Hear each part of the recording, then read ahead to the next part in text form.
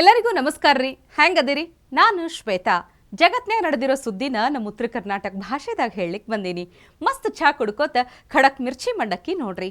ನೋಡಿ ಸುಮ್ ಕುಂದ್ರಬೇಡ್ರಿ. ಮತ್ತು ನಮ್ಮ ಎಲ್ಲ ವೀಡಿಯೋಸ್ಗಳನ್ನ ಲೈಕ್ ಮಾಡಿರಿ. ನಿಮಗೇನು ಅನ್ನಿಸ್ತದ ಕಮೆಂಟ್ ಮಾಡಿರಿ. ನಿಮಗೆ ಗೊತ್ತಿದ್ದವ್ರಿಗೆಲ್ಲ ಶೇರ್ ಮಾಡಿರಿ. ಇನ್ನು ನಮ್ಮ TV Vikrama digital channel subscribe ಮಾಡೋದಂತೂ ನೆನಪಾರ್ಲೇಬೇಡ್ರಪ್ಪ.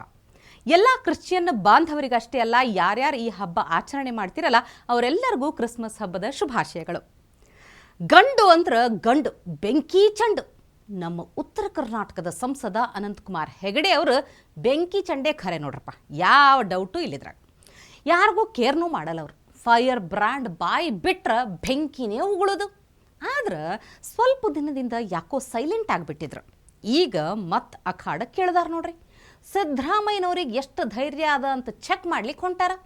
ಇಲ್ಲಿ ಸಿದ್ದರಾಮಯ್ಯ ಹಿಂದೂ ರಾಷ್ಟ್ರ ಆಗೋದನ್ನು ನಾನು ಹೇಳಿದ್ದನ್ನು ಬರ್ಕೊಳ್ಳಿ. ಸಿದ್ದರಾಮಯ್ಯನಿಗೆ ದಮ್ಮಿದ್ರೆ ಹಿಂದೂ ರಾಷ್ಟ್ರ ಮಾಡೋದನ್ನು ತಡೀಲಿ. ಸಿದ್ದರಾಮಯ್ಯನಿಗೆ ದಮ್ಮಿದ್ರೆ ಹಿಂದೂ ರಾಷ್ಟ್ರ ಮಾಡೋದನ್ನು ತಡೀಲಿ. ಮುಂದಿನ ದಿವಸದಲ್ಲಿ BJPಗೆ ಖಂಡಿತವಾಗಿ ಒಳ್ಳೆಯ ಭವಿಷ್ಯ ಇದೆ. ಈ ಸಿದ್ದರಾಮಯ್ಯನ ದುರಹಂಕಾರಿ ಸರ್ಕಾರ ಹೆಚ್ಚು ದಿವಸ ಉಳಿಯುವುದಿಲ್ಲ ಮತ್ತು ಹಿಂದೂ ವಿರೋಧಿ ಸರ್ಕಾರ ಕರ್ನಾಟಕದಲ್ಲಿ ಇರಲಿಕ್ಕೆ ಸಾಧ್ಯವೇ ಇಲ್ಲ. ಅವರಿಗೆ ಅದನ್ನು ಬಿಟ್ಟು ಬೇರೆ ದಾರಿನೂ ಇಲ್ಲ. ಅವ್ರು ಬದುಕಬೇಕು ಅಂತಂದ್ರೆ ಮುಸಲ್ಮಾನರ ಹಿಜಾಬನ್ನು ಹಿಡ್ಕೊಂಡೇ ಓಡ್ ತಗೋಬೇಕು. ಹಿಜಾಬನ ಹಿಂದ್ಗಡೆನೇ ತಿರುಗ್ತಕ್ಕಂಥ ಈ ಸರ್ಕಾರಕ್ಕೆ ಹೆಚ್ಚು ದಿವಸ ಉಳಿಗಾಲ ಇಲ್ಲ. ಅದಕ್ಕೋಸ್ಕರ ಖಂಡಿತವಾಗಿ BJPಗೆ ಭವಿಷ್ಯ ಇದೆ. ಕರ್ನಾಟಕದಲ್ಲಿ ಮುಂದಿನ ದಿವಸ ಸರ್ಕಾರ BJPದು ಕೂಡ ಬರುತ್ತೆ. ಸವಾಲ್ ಅಂದ್ರೆ ಇದು ನೋಡ್ರಪ್ಪ. ಸಿದ್ದರಾಮಯ್ಯ ಅವರೇ ಅವ್ರು ಹೇಳೋದು ಕರೆಕ್ಟೇ ಅದ ಇಲ್ರಿ?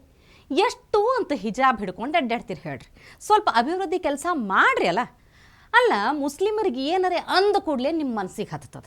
ಅದೇ ನಿಮ್ಮ ಮಂತ್ರಿನೇ ರೈತರಿಗೆ ಅವಮಾನ ಮಾಡಿದ್ರೆ ಏನೂ ಅನ್ಸೋದಿಲ್ಲ ನಿಮಗೆ? ಹೆಂಗಿದು? ತೀರಾ ಮಂತ್ರಿ ಆದವ್ರಿಗೆ ನ್ಯಾಲ್ಗಿ ಸ್ವಲ್ಪ ಹಿಡಿತದಾಗಿರ್ಬೇಕು. ಎಲ್ಲರಿಗೂ ಇರ್ಬೇಕು ಬಿಡ್ರಿ, ಆ ಮಾತು ಬೇರೆ. ದೇಶಕ್ಕೆ ಅನ್ನ ಹಾಕೋ ರೈತನ್ನ ನೀವು ಕೊಡುವಂಥ ಒಂದು ಚಿಲ್ಲರೆ ರೊಕ್ಕಕ್ಕೆ ಕಾಯ್ಕೊಂಡು ಕುಂತಿರ್ತಾನಂತ ತಿಳ್ಕೊಂಡ್ರೆ ನೀವು ಹಂಗೆ ಮಾತಾಡ್ತೀರಲ್ಲ ತೀರಾ?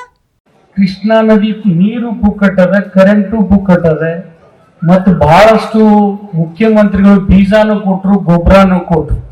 ಇನ್ನ ರೈತರಿಗೆ ಏನಪ್ಪ ಅಂತಂದ್ರೆ ಒಂದೇ ಆಸೆ ಇರ್ತದೆ, ಮಗನ್ ಮ್ಯಾಗ ಬರಗಾಲ ಬೀಳಲಿ ಅಂತ ಹೇಳಿ. ಯಾಕಂದ್ರೆ ಅದು ಸಾಲ ಮನ್ನಾ ಆಗ್ತದೆ. ಹಂಗ ಬಯಸ್ಬಾರ್ದು. ಅದ್ರಾಗೆ ನೀವು ಬ್ಯಾಡ ಅಂದ್ರೆ 3-4 ವರ್ಷಕ್ಕೆ ಒಂದ್ ಸರ್ತಿ ಬಂದೇ ಬರ್ತದ. ಆದ್ರೂ ಈ ಸರ್ತಿ ಬಂದದ್ ನೋಡಿದ್ರೆ ಇಲ್ಲಿ ಮೊನ್ನೆ ಸಿದ್ದರಾಮಯ್ಯನು ಹೇಳ್ಬಿಟ್ಟ, ಮೀಡಿಯಂ ಟರ್ಮ್ ಲೋನಿಗೆ, ಮಧ್ಯಮ ಅವಧಿ ಲೋನಿಗೆ ನಾನು ಬಡ್ಡಿ ಬಿಡ್ತೀನಿ ಅಂತ ಹೇಳ್ಬಿಟ್ಟ. ಇನ್ನು ಕೆಲವೊಬ್ರು ಸಾಲನೇ ಸೂಟ್ ಬಿಟ್ಟಾರ, ನಿಮಗೇನು ಹೇಳಬೇಕಾಗಿಲ್ಲ. ಅದು ಇದೇ ಸಿದ್ದರಾಮಯ್ಯನು ಬಿಟ್ಟಾರ, ಕುಮಾರಸ್ವಾಮಿನೂ ಬಿಟ್ಟಾರ, ಯಡಿಯೂರಪ್ಪನವರು ಬಿಟ್ಟಾರ. ನಾನು ಇಲ್ಲ ಅಂತ ಹೇಳೋದಿಲ್ಲ. ಆದ್ರೆ ಏನು ಸಂಕಷ್ಟದಲ್ಲಿದ್ದಾಗ ಸರ್ಕಾರ ನೆರವಿಗೆ ಬರ್ಬೋದು, ಆದ್ರೆ ಸದಾ ನಮ್ಮ ನೆರವಿಗೆ ಬಾ ಅಂದ್ರೆ ಅದು ಕಷ್ಟ ಆಗ್ತದೆ. ಯಾವುದೇ ಸರ್ಕಾರಕ್ಕೂ ಕಷ್ಟ. ಅಂಥದ್ದೆಲ್ಲ ಮುಂದಾಲೋಚನೆ ಇಟ್ಕೊಂಡು ನಾವು ಬೆಳೆದ್ರೆ ಖಂಡಿತ ನಮಗೆ ಉಜ್ವಲವಾದಂತ ಭವಿಷ್ಯ ಇದೆ. ಇದನ್ನು ಕೇಳಿದ್ರೆ ಖರೆ ಮೈ ಉರಿತ ನೋಡ್ರಿ. ನಿಮಗೆಲ್ಲ ಅಧಿಕಾರದ ಸೊಕ್ಕ ನೆತ್ತಿಗೇರದ. ಬರಗಾಲದ ರೊಕ್ಕ ಕೇಳಲಿಕ್ಕೆ ಐಷಾರಾಮಿ ಫ್ಲೈಟ್ನ್ಯಾಗ ಮಜಾ ಮಾಡ್ಕೊಂತ ಹೋಗ್ತೀರಿ. ಇಲ್ಲಿ ಬಂದು ರೈತರ ಬಗ್ಗೆನೇ ಮಾತಾಡ್ತೀರಿ.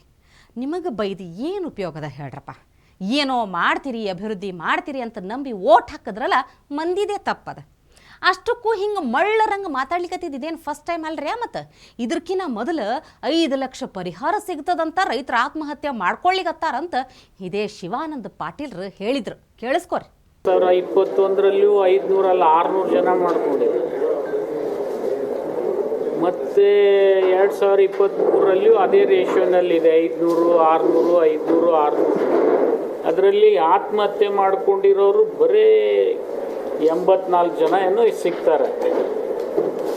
ಅದನ್ನು ಏನಾಗತ್ತೆ, ಈಗ FIR ಆದ ತಕ್ಷಣ ನೀವು ರೈತರ ಆತ್ಮಹತ್ಯೆ ಅಂತ ಹೇಳ್ಕೊಂಡು ಪರಿಗಣನೆಗೆ ತಗೊಂಡ್ರೆ ಅದು ಸ್ವಲ್ಪ ತಪ್ಪು ನಿಮ್ಮದು.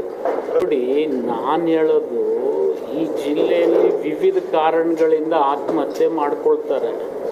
ಈಗ ಲವ್ ಫೇಲ್ಯೂರ್ ಕೇಸ್ನಲ್ಲಿ ಆತ್ಮಹತ್ಯೆ ಮಾಡ್ಕೊಂಡಿದ್ದು ಅದನ್ನು ನೀವು ಆತ್ಮಹತ್ಯೆ ಅಂತ ಬರೆದ್ಬಿಟ್ಟು ನಾನು ಕಂಪ್ಲೇಂಟ್ ಕೊಡೋನು. ನಾನು ಆತ್ಮಹತ್ಯೆ ಅಂತ ಹೇಳಿ ಕೊಟ್ಟಾಗೆ ನನಗೆ ಪರಿಹಾರ ಸಿಗ್ತದೆ ಅನ್ನೋ ಒಂದು ದುರಾಸೆ ನನ್ನ ಮನಸ್ಸಿನಲ್ಲಿರ್ತದೆ. ಇಂಥ ಬೇಜವಾಬ್ದಾರಿ ಮಂತ್ರಿಗಳಿಗೆ ಏನು ಮಾಡ್ಬೇಕು ಹೇಳ್ರಿ? ಅಲ್ಲ, ಇವರು ಕೊಡೋ 5 ಲಕ್ಷಕ್ಕೆ ತಮ್ಮ ಜೀವನೇ ಕಳ್ಕೋತಾರಂತ, ಬರಗಾಲ ಬರಲಿ ಅಂತ ಬೇಡ್ಕೋತಾರಂತ. ನೋಡ್ರಿ, ತೀರಾ ರೈತರಂದ್ರೆ ಏನಂತ ತಿಳ್ಕೊಂಡಿರಿ ನೀವು?